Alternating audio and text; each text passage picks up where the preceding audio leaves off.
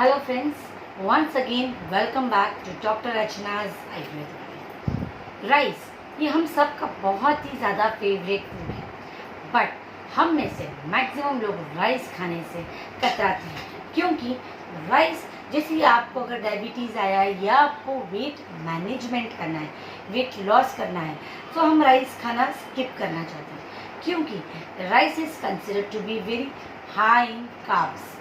But मैं आपसे आज इस वीडियो में एक ऐसा ट्रिक, एक ऐसा साइंटिफिक मेथड राइस पकाने का शेयर करने वाली हूँ जिससे आपको ना ही वेट मैनेजमेंट में इश्यू होगा एंड ना ही आपका डायबिटीज़ मैनेज करेगा। जी हाँ दोस्तों, अगर हम राइस को सही तरह से पकाते हैं, एक 3 स्टेप प्रोसीजर में अगर हम उसे पका रहे हैं, तो राइस का जो एक्सेस स्टार्च है या कार्ब्स है वो हमें मिलेगा नहीं। सेकेंडली, राइस में बहुत ही अच्छा प्रोटीन का भी वो एक सोर्स होता है। जैसे वे प्रोटीन होता है, उसी प्रकार से वीगन सोर्स ऑफ प्रोटीन के लिए राइस प्रोटीन मार्केट में अवेलेबल है।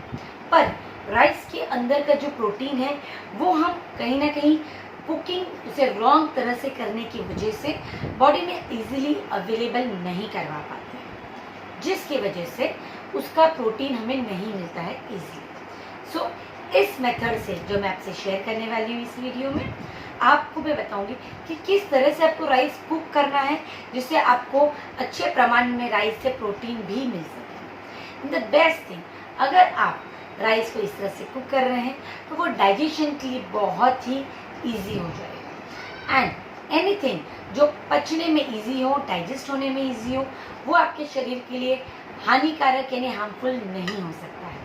क्योंकि एज हम सब जानते हैं कि अगर आपने कुछ खाया और उसको आप पचा नहीं पाए तो वो शरीर में आर्मर यानी टॉक्सिन की तरह सेचुरेटेड रह जाएगा एंड इन फ्यूचर आपको बहुत सारी बीमारियां क्रिएट कर सकता है। सो आप ये वीडियो एंड तक देखिए किस तरह से आपको डे टू डे लाइफ में आपके राइस को कुक करना है, ताकि आप आपकी राइस का सारे बेनिफिशियल पार्ट, एक न्यूट्रिशनल बेनिफिट, दूसरा कलिनरी बेनिफिट या सटाइटी वैल्यू यानी टेस्ट, यानी राइस खा के जो मुझे संतुष्टि मिलती है वो आप इससे पा सकते हैं। And I always say food is not only about nutrition, it is more about feeling good about yourself. तो खाना ऐसा होना चाहिए जिसे खाकर आपको मज़ा आए, साथ ही साथ वो आपके बॉडी के लिए बहुत सारे अच्छे न्यूट्रिशनल काम भी करें। So without wasting much of the time, let's start cooking that rice for you. Rice बनाना हम शुरू कर रहे हैं। The first step in making rice is roasting rice. एक कढ़ाई लेना है, उसे गर्म करना है और आपको राइस को रोस्ट करने लेना है। अब why roasting, roasting is very important. यहाँ पे मैंने ये वाला राइस लिया, देख सकते हैं कोलम है ये। So why roasting, roasting has many additional benefits. मतलब 3 मेन फ़ायदे होते हैं राइस को रोस्ट करने के। सबसे इम्पॉर्टेंट बेनिफिट है कि रोस्ट करने से वो राइस हल्का हो जाता है, लघु हो जाता है एंड जो चीज़ लघु है वो पचने में बहुत इजी होता है। तो आपके शरीर में वो अनडाइजेस्टेड फूड मटेरियल की तरह सेचुरेटेड नहीं रहता है एंड शरीर में आमा यानी टॉक्सिन क्रिएट नहीं करता है। सो राइस खाने से सबसे बड़ा एक एडिशनल बेनिफिट ये होता है जब हम उसको रोस्ट करते हैं तो कि वो हल्का हो जाता है टेस्ट में एंड पचने में। एंड मॉडर्न साइंस नहीं बोले कि हमारा वेट गेन है या डायबिटीज़ मैनेजमेंट है, ये सब किस पे डिपेंड करता है, हमारे मेटाबॉलिज्म पे। मीन्स अगर आप मीठा खा रहे हो तो आपको डायबिटीज़ हो जाएगा, ऐसा नहीं है। पर अगर आप डायबिटिक हो और मीठा खा रहे हो तो प्रॉब्लम हो सकता है क्योंकि आपका बॉडी उससे प्रॉपर डाइजेस्ट नहीं कर पा रहा है। तो राइस को जब हम रोस्ट कर रहे हैं तो क्या हो रहा है कि वो पचने में हल्का हो रहा है एंड आपका मेटाबॉलिज्म को अफेक्ट नहीं कर रहा है। इनफैक्ट आपका मेटाबॉलिज्म लो नहीं होगा। तो weight gain is due to low metabolism, diabetes जैसी problems is due to low metabolism. तो ये जब हम रोस्ट कर रहे हैं तो उससे वो हम कहीं ना कहीं जो मेटाबॉलिज्म इशू है वो हमारा इम्प्रूव कर सकते हैं। सेकेंड हेल्थ बेनिफिट है रोस्ट करने का। हमने एक बायोकेमिकल एनालिसिस किया था ड्यूरिंग आवर कॉलेज डेज कि जब हम राइस को नॉर्मल कन्वेंशनल मेथड यानी सिर्फ बॉईल करके बनाते हैं और जब उसे रोस्ट करके बॉईल करके बनाते हैं तब ऑलमोस्ट 1 ग्राम ऑफ प्रोटीन, जी हाँ दोस्तों, राइस में भी प्रोटीन होता है, राइस प्रोटीन नाम से वीगन सोर्स ऑफ प्रोटीन है वो उसका बढ़ जाता है। ऑलमोस्ट 1 ग्राम प्रोटीन आप सिर्फ राइस को रोस्ट करने से बढ़ा सकते हो। तो आपको क्या करना है, आप एक साथ जितनी क्वांटिटी लेना चाहते हो, लाइक ऑलमोस्ट आप एक बड़ी कढ़ाई में 3 से 5 किलो राइस ऑलमोस्ट 5 से 10 मिनट रोस्ट कर लें। इस तरह से कंटिन्यूसली उसे हिलाते रहिए, ठीक है। तो इससे क्या होने वाला है कि आपके राइस का प्रोटीन बढ़ जाएगा। तो आपको बिना कुछ एडिशनल मेहनत किए हुए या कुछ एडिशनल चीज़ें लिए हुए आपका ऑलमोस्ट 1 ग्राम प्रोटीन इंक्रीज़ कर सकते हैं in your daily diet. So roasting is very important because उससे आपका राइस हल्का हो रहा है, पचने में अच्छा हो रहा है, मेटाबॉलिज्म इंप्रूव हो रहा है, सेकेंडली आपका प्रोटीन कंटेंट बढ़ रहा है, and third best benefit is कि ये बहुत जल्दी पक जाता है। इन द सेंस आपने अगर इसे रोस्ट करके ठंडा करके डब्बे में भर लीजिए, फिर आपको जब भी बनाना हो तब आप इसे निकाल के बनाएं तो ये बहुत जल्दी बन भी जाता है। So that is the best part of it. इसे कब तक रोस्ट करना है, जब तक इसका कलर हल्का कलर चेंज नहीं होता, मतलब जो पर्ली वाइट से ये थोड़ा ओपेक ना हो जाए तब तक हम इसे रोस्ट करेंगे। Can you see? It hardly takes 5 to 10 minutes, depending on the quantity of rice you are taking. तो यहाँ मैंने almost I would say 1.5 kilo जितना राइस है ये, तो ये मैं रोस्ट कर रही हूँ। एक साथ रोस्ट करके मैं इसे डब्बे में भर लूँगी, फिर जब मुझे जितना चाहिए तब इसे हम यूज़ करने के लिए ले सकते हैं। So in nutshell, first step is roasting of rice, health benefits, increases protein content, make it laghu, which decreases the indigestion part or the toxin part, or helps in improving the metabolism of your body. Third, it becomes faster to cook.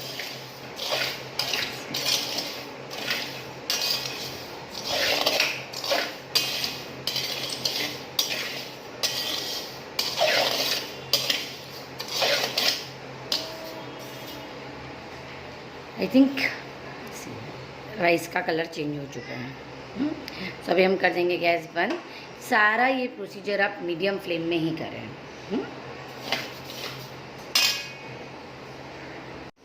हमने आधा घंटा ये rice को सोक कर लिया है, and सोक करने से पहले मैंने 2-3 पानी इसको धोया था। अब ये जो सोक किया हुआ पानी है ये भी मैं डिस्कार्ड कर लूँगी। इससे क्या होगा कि जो इसके ऊपर का जो सरफेस स्टार्च था वो इस पानी में आ चुका है। अब ये पानी हम इसे डिस्कार्ड कर लेंगे और इसमें और एक बार पानी डालेंगे, फिर इसे एक बार वॉश करेंगे।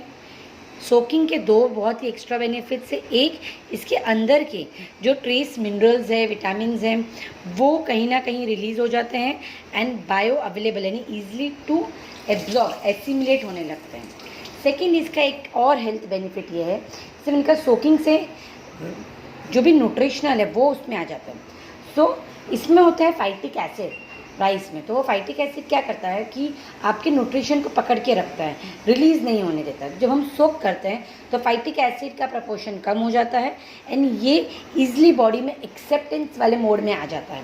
So always you soak your rice, you soak your dal, you soak your nuts, everything, because phytic acid अगर है तो आप ले रहे हो but your body is not assimilating it, so it is of no use. So next step is always soaking for at least 30 minutes. यहाँ मैंने 30 minute सोक कर लिया है, 2 बार पानी डिस्कार्ड कर लिया है। अब मैं इसे बॉइलिंग वाटर में डालूंगी। मैंने यहाँ पानी उबलने रख लिया था, आप देख सकते हैं पानी उबल रहा है। अब इस उबलते पानी में ये रोस्टेड सोक्ड राइस मैं ऐड कर दूँगी। ऑलमोस्ट थ्राइस वाटर लेना है इसे पकाने के लिए। ओके, अब इसमें मैं ऐड करूँगी सॉल्ट थोड़ा सा, एंड मोस्ट इम्पॉर्टेंट थिंग जो मैं इसमें ऐड करने जा रही हूँ वो है एक चीज़ जिससे राइस का ग्लाइसेमिक इंडेक्स इम्प्रूव होगा, कम होगा। मैं इसमें ऐड करूँगी ऑलमोस्ट 1 टीस्पून है ये देसी घी। घी ऐड करने का क्या बेनिफिट है? एक, आपके राइस बहुत ही टेस्टी बनेंगे, एक एक दाने अलग अलग बनेंगे। दूसरा, इसका हेल्थ बेनिफिट ये है कि ग्लाइसेमिक इंडेक्स को ये कम करता है। Now what do you mean by glycemic index? Glycemic index यानी normally ideally carbohydrate rich foods में स्टार्च का प्रमाण या कार्ब्स क्या करता है, शुगर को इमीडिएटली बढ़ाता है जैसे ही शरीर में जाता है। सो अगर किसी चीज़ का ग्लाइसेमिक इंडेक्स हाई है तो वो आपके शरीर में जाते इमीडिएटली आपके शुगर को बढ़ाएगा, और अगर उसका ग्लाइसेमिक इंडेक्स लो है तो स्लो स्टेडीली वो आपके शुगर को बैलेंस रखेगा। सो इसमें जब मैं अगर घी ऐड कर रही हूँ, बेसिकली फैट ऐड करने से क्या होता है कि उसका ग्लाइसेमिक इंडेक्स कम हो जाता है। तो जैसे ही मैंने इसमें घी ऐड किया है तो इस राइस से जो आपका शुगर का स्पाइक होने वाला था वो कम हो जाएगा, और आपका glycemic index rice almost by 1 point कम हो जाता है।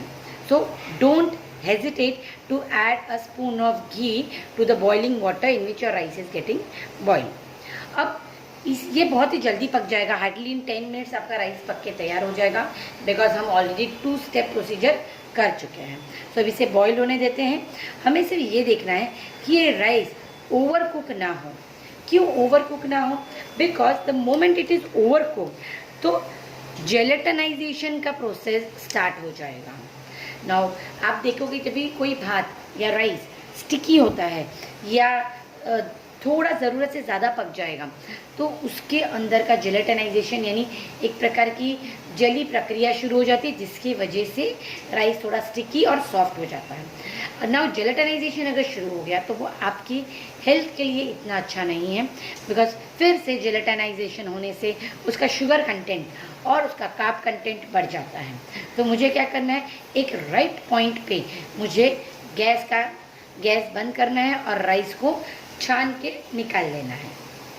सी जस्ट हार्डली 2 मिनट्स हुआ है एंड राइस थोड़ा स्वेल होना शुरू हो गया है। तो इसे हम उबलने देते हैं 5 मिनट ऑलमोस्ट। एक अच्छा उबाल आ गया है, उसके बाद आप गैस को मीडियम टू लो फ्लेम में रख सकते हैं।